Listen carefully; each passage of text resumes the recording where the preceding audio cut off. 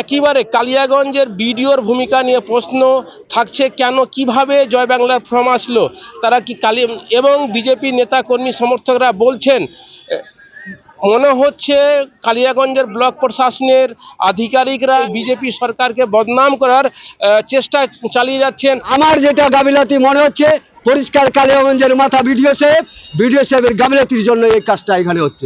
সম্পর্কে জানার দরকার ছিল অফিসারদেরকে, সেটা জানা কথাই কি করবে। একবারও বলছে স্বাস্থ্য সাথী আপনারা কুলোর স্কুলে দেন, একবারও বলছে স্বাস্থ্য সাথী এখানে জমা হবে না, একবারও বলছে এই কাগজটা আপনারা বাড়িতে নিয়ে যান, আপনাদের হসপিটালে স্বাস্থ্যকর্মী যাবে।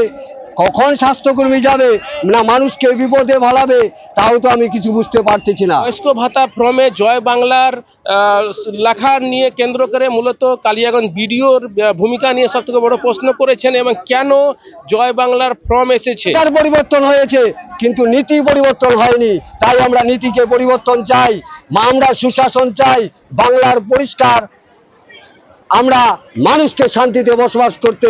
যে কেন্দ্রের আমাদের 55টা যোজনা আছে, 55টা যোজনার ব্যবস্থা যেন প্রতিটা মানুষ পায়। কারো বেটি পড়াও বেটি বাঁচাও, আজকে যেটা আছে বাংলাতে সেটা কন্যাশ্রী হয়ে চলতো, আজকে হিন্দিতে বলতো বেটি, হিন্দিতে বলতো বেটা, হিন্দিতে সব বেটি পড়াও বেটি বাঁচাও, তার নাম পরিবর্তন করে আমরা বাংলা যদি বলি ওটা হচ্ছে কন্যা বা মেয়ে। আজকে সেই প্রকল্পটা এখানে নেই, আজকে যুবশক্তি সেই প্রকল্প এখানে নেই। তাই আমাদের বিশেষ অন্নপূর্ণা যোজনা এখানে কোনো ফর্ম জমা নিচ্ছে না, যেভাবে করছে অন্নপূর্ণা এখানে নেই। এছাড়া আরেকটা অভিযোগ আপনাদের এখানে হচ্ছে ফর্মের মধ্যে জয় বাংলা লেখা রয়েছে। হ্যাঁ, ফর্মের মধ্যে জয় বাংলা, আমি সেখানে প্রতিবাদ করছি। না হলে আপনাকে মোবাইলের সামনে আমি একটা ফর্ম ধরেছি, মোবাইলতে সেই ফর্মটাও আমি আপনাকে দিয়ে দেবো। জয় বাংলার ফর্ম বিভিন্ন জেরক্স সেন্টার থেকে আসছে, আমরা সেটাকে নিচ্ছি না, আমরা তার পরিবর্তে যেটা আমাদের ফর্ম সেটা আবার দিচ্ছি। হ্যাঁ, কেউ মানছে না, জোর করে না, এটাই আমরা দিব। হ্যাঁ, সেইভাবে করতে হচ্ছে। ফর্মটা কি আপনাদের অফিস থেকে দেওয়া হয়েছে না? না না না, আমাদের অফিস থেকে জয় বাংলার ফর্মটা আসলো কোথা থেকে? বিভিন্ন জেরক্স সেন্টার থেকে মেনলি আসছে। তারা বললেন বাইরের থেকে অনলাইন থেকে তারা হচ্ছে ফর্ম নিয়ে এসেছে, কিন্তু আধিকারিকরা বললেন নিয়ে এসেছেন, কিন্তু আমরা যারা ফর্ম নিয়েছে তারা বলছেন জয় বাংলার ফর্ম অফিস কাউন্টার থেকেই দেওয়া হয়েছে। জয় বাংলা লেখা ফর্ম কোথায় থেকে নিয়েছেন আপনি? এই সার থেকে নিয়েছি, এইখান থেকে। হ্যাঁ আচ্ছা, অফিস থেকে দেওয়া হয়েছে। হ্যাঁ, এখান থেকে দিয়েছে। বকুল রায়, বাড়ি মুস্তাফানগর। কিসের জন্য আবেদন করতে আসছেন আপনি? ওই বাবা মা মানে বয়স্ক ভাতা পায়নি, ওই জন্য আবেদন করছি যেন বয়স্ক ভাতা পায়। বাবা মার বয়স কত? 60 বছর পার হয়ে গেছে। এই মা তো বাবা পাচ্ছিল, কিন্তু দুয়ারে সরকারে আবেদন করেছিলেন? করছিলাম কিন্তু মানে হচ্ছিল না। আচ্ছা, এখানে যে এখানে কোনো একটা যে ছায়ার ব্যবস্থা তাও নেই, মানুষ যে আসে দাঁড়াবে একটা ছায়ার মধ্যে একটা প্যান্ডেল যে করার ব্যবস্থা সেটাও নেই। তাই দেখছি এরা হারে গেছে, হারে যাওয়ার পরে এরা এখানে আছে, এরা চাচ্ছে যেন এই সরকারের লোক তাদের উপর ক্ষিপ্ত হয়, ক্ষিপ্ত হয়ে যেন তারা কাজ না করতে পারে, আর তাদের জন্য যেন বর্তমান দোষ ফলানো যায় সে চেষ্টাটা করতেছে এই বিডিও সাহেব। আমার পরিষ্কার বক্তব্য, কাজগুলো পায়, 55টা যোজনার সম্পূর্ণ কাজ যেন পায়। আজকে অটল পেনশন এখানে হওয়ার কথা, সে অটল পেনশনও নাই। আজকে যেটা পরিষ্কার আছে সুকন্যা যোজনা, ছোট 5 বছর থেকে বাচ্চারা জন্ম যখন নিবে তখন তাদের জন্য সরকার, আপনি যদি 100 টাকা জমা করেন সরকার আপনাকে 1 টাকা দেবে, যখন তার 18 বছর পূর্ণ হবে সে তার সম্পূর্ণ টাকা তার বিয়ের জন্য 3 থেকে 3.5 4 লাখ টাকা পাবে, সেটাও এখানে নেই। তাহলে সরাসরি যারা এখানকার দায়িত্বপ্রাপ্ত আধিকারিকরা তারা গাফিলতি রয়েছে। হ্যাঁ, আমি জানি এখানে যে গাফিলতি, বিডিও সাহেব হয়তো এই ব্যাপারে নিজেও কোনো কিছু, আগের দিন আমি শুনলাম আমার প্রধানের মুখে, বিডিও সাহেবও নিজে এই যোজনাগুলোর সম্পর্কে কিছু হয়তো জানে না। তা বিডিও সাহেব যখন যোজনার সম্পর্কে কিছু জানবে না, ও তো কালিয়াগঞ্জের বিডিও, কি সরকার যোজনা করছে তার কাছে নিশ্চয়ই একটা কপি আসছে, আর সেই কপিটা পড়ে নিয়ে তার বিডিও সাহেবের বোঝা দরকার। আর বিডিও সাহেব সে প্রশিক্ষণটা কিভাবে দিবে না দিবে সেটা বিডিও সাহেবের দায়িত্ব, সেটা আমাদের। যদি কাজ না হয় আমরা কালিয়াগঞ্জ বিডিওকে ছাড়বো না, আমরা কাজ যদি না হয়, যেসব অফিসার এখানে নিচ্ছে তাদেরকে আমরা ছাড়বো না, যারা যারা জমা দিয়েছে তারা কিন্তু পরিষ্কার সে কাজ বুঝে নেবে।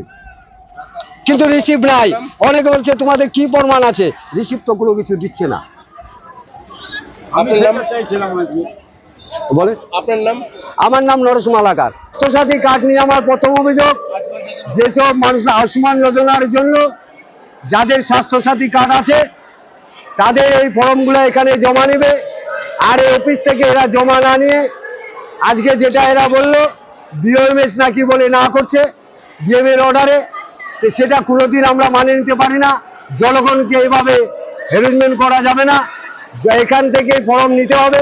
এখন ভয়ে যখন দু একটা আপনারা আসছেন ফর্ম এখানে জমা নিচ্ছে, তার আগে কোনো মানুষের জমা নেয়নি, সবাই স্বাস্থ্যসাথী ফর্ম বাড়িতে ফেরত করে নিয়ে গেছে। তাই এই অভিযোগ যেন যেভাবে হোক স্বাস্থ্যসাথীর যে কাগজগুলা ওদেরকে ডিএমের যে অর্ডার দিয়েছে তাদেরকে বাড়ি বাড়ি তাদেরকে তুলে নিয়ে আসতে হবে। আমার জব কার্ডের জন্য জব কার্ডের জন্য জমা দিলেন? না নেই নেই, কেন, কি বললো? নিবা না বলে জমা। কেন কেন? এই জন্য কেন দে, একবার বাদ গেলাম, বাবার ডকুমেন্ট নিয়ে, আপনি এসে কেমন লাগছে? বাবার ডকুমেন্ট লাগবে, মায়ের ডকুমেন্ট নিয়ে আসলাম, আবার নিয়ে এলো না। এখানে যারা স্টাফ আছে, স্টাফরা আমাদের যে জনসাধারণের সঙ্গে যে ব্যবহার করতেছে, ব্যবহার খুব সুন্দরভাবে, কোনো রকম ব্যবহার নাই, বলতে গেলে কিছু বলতেছে না। ক্যাম্পটা তো ভালোই লাগতেছে, কিন্তু এখানকার পরিবেশটা, জায়গাটা একটু আলাদা রকম। এগুলো মনে হয় একটু হাই স্কুল টাই স্কুল হলে ভালো হতো। এখানে আপনি ভিতরে যান, যে গরম, বয়স্ক লোকরা এখানে থাকতে পারতেছে না, যে গরম। এখানে সিস্টেম কোনো যেমন কেউ কিছু বলতেছে না, খালি নিজেকে খুঁজে খুঁজে বেরোতে হচ্ছে। হ্যাঁ, প্রচণ্ড অসুবিধা, গরমের মধ্যে সব লাইনে দাঁড়ায় আছে, কেউ কিছু বুঝতে পারতেছে না কোথায় কি করবে না করবে। তো 3 দিনে তো ক্যাম্প তো শেষের দিকে নাকি? স্বাস্থ্যসাথী কার্ডের কাজটা হবে না বলছে, এখন বলে আয়ুষ্মান কার্ড বানাতে হবে, যার কারণে এখানে আসা। আয়ুষ্মান কার্ড জাস্টিফাই করার জন্য। আচ্ছা, আর কাজ হলো? আমাদের এটা বললো যে ঠিক আছে, করতে হবে না, আর আমরা দিলাম। বয়স্ক ভাতার জন্য আসছিলাম, তো বয়স্ক ভাতার সব কাগজপত্র সব জমা দিলাম, বললো তো হয়ে গেছে, আপনার জানতে বললো। খালি জমাটা আমি বললাম যে তাহলে আমার একটা রিসিভ কপি দেন, বলতে না রিসিভ কপি লাগবে না, যদিও হয় তাহলে মেসেজ যাবে। আপনার বয়স কত? আমার বয়স মোটামুটি প্রায় 78 না 70। এর আগে হয়নি বয়স্ক ভাতা? হয়নি আপনার? এই বিদ্যুৎ 9 বার জমা দিলাম, আমরা একবার হয়নি।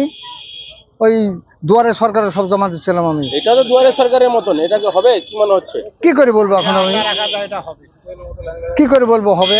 তো সাহেব ওখানে বললো যে ঠিক আছে যান, চেষ্টা করতেছি কি হয় এই কথা। যার কারণে মূলত এত সাধারণ মানুষ হয়রানির শিকার হচ্ছে। সঠিকভাবে এই জনকল্যাণ শিবিরে এসে সঠিকভাবে সাধারণ মানুষরা পরিষেবা পাচ্ছেন না। উত্তর দিনাজপুর থেকে আমি হরেন্দ্র কুমার, আপনারা দেখছেন হার্স নিউজ।